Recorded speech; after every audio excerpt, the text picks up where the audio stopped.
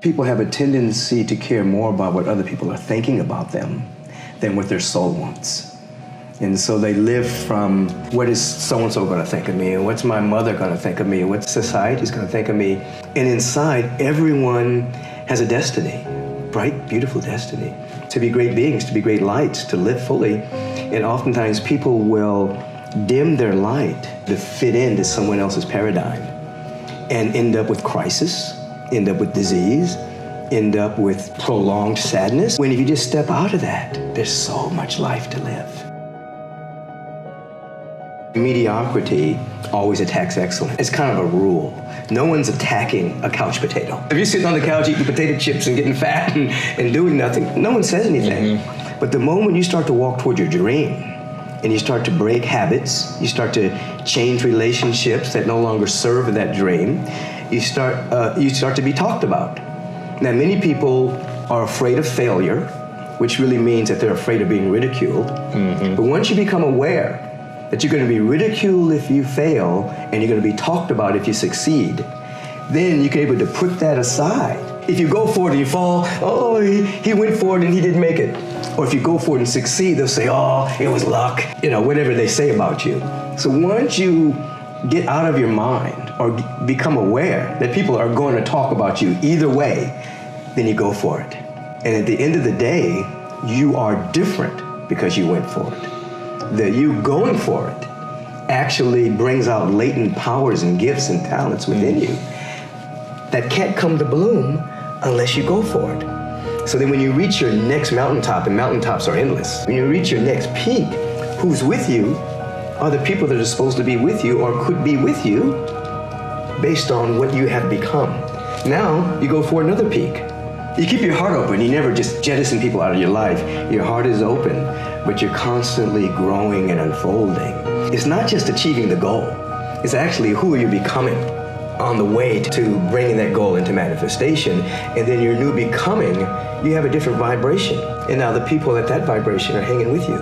They support, they love, they appreciate you, they cheer you on, rather than tear you down. If you're living in a paradigm of scarcity and lack, you tear people down. If you're living in a paradigm of abundance and opulence, there's enough for everybody, you cheer people on. So your success makes me happy.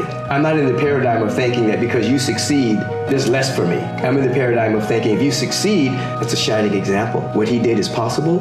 Some people's mission is to teach, heal, inspire, uplift, to create some level of art that's going to inspire. And we all have different missions, but every mission carries that larger purpose. How is my life reflecting the entire cosmos? Because I believe all of us have the entirety of the cosmos in us, and we're here to discover it. People grow into their purpose two ways: crisis or insight. Because sometimes when your back is against the wall, you're in a crisis, then you begin to ask different kind of questions. Why am I here? Why do I keep doing the same thing over and over? And then you start to open up that there's something bigger that has your name on it, that's calling you. And sometimes people grow through it, they have an insight, they get inspired. Something happens and they're able to see, wow, my life is more than what I thought it was. Your pain pushes you until your vision pulls you. We're actually pushed by pain until we're pulled by a larger vision.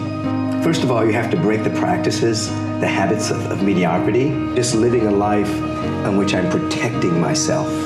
Why me? What's wrong? Who's to blame? Those questions keep you very narrowly focused. Everybody's looking for a scapegoat. It's his fault.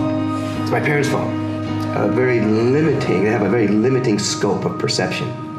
But if you begin to ask an empowering question, how can I share? What's trying to emerge in my life? Mm-hmm. What gift do I have to give? How can I cultivate that gift? And we move into practices in which we ask ourselves, how can I give today? It is your responsibility alone to discover what you're passionate about and pursue it relentlessly. So what is it? What are you passionate about? Comment down below and let us know.